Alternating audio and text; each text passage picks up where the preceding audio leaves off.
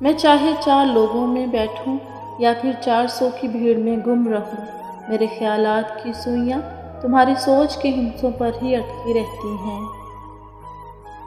جس رشتے کو شک نے خراب کیا ہو اسے قسمیں ٹھیک نہیں کر سکتی۔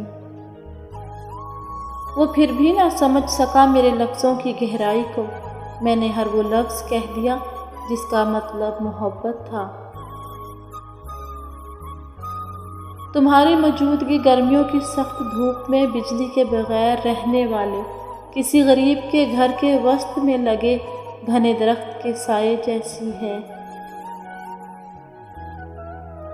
اے روح کے مطلوب شخص، میرے لیے دنیا کے سب سے خوبصورت الفاظ ہیں تمہارا یہ کہنا کہ میں تمہاری ہوں۔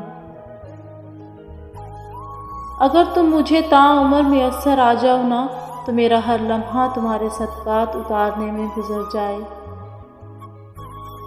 آنے والی نسلیں یقیناً اپنی محبت حاصل کر لیں گی، کیونکہ ان کے والدین محبت نہ ملنے کی تکلیف سے واقف ہوں گے۔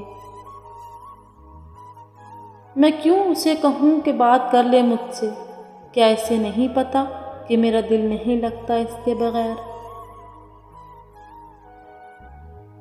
ہمارے ساتھ بچپن سے ہی ایسا ہوا ہے، جب پیسے جمع کیے پسند کا کھلونا بک گیا۔ اس نے پوچھا تھا سفر زیادہ اہم ہے یا منزل؟ میں نے جواب دیا تھا تمہارا ساتھ۔ مجھے مناؤ مت، مجھے سمجھو، میں ناراض نہیں، پریشان ہوں ان دنوں۔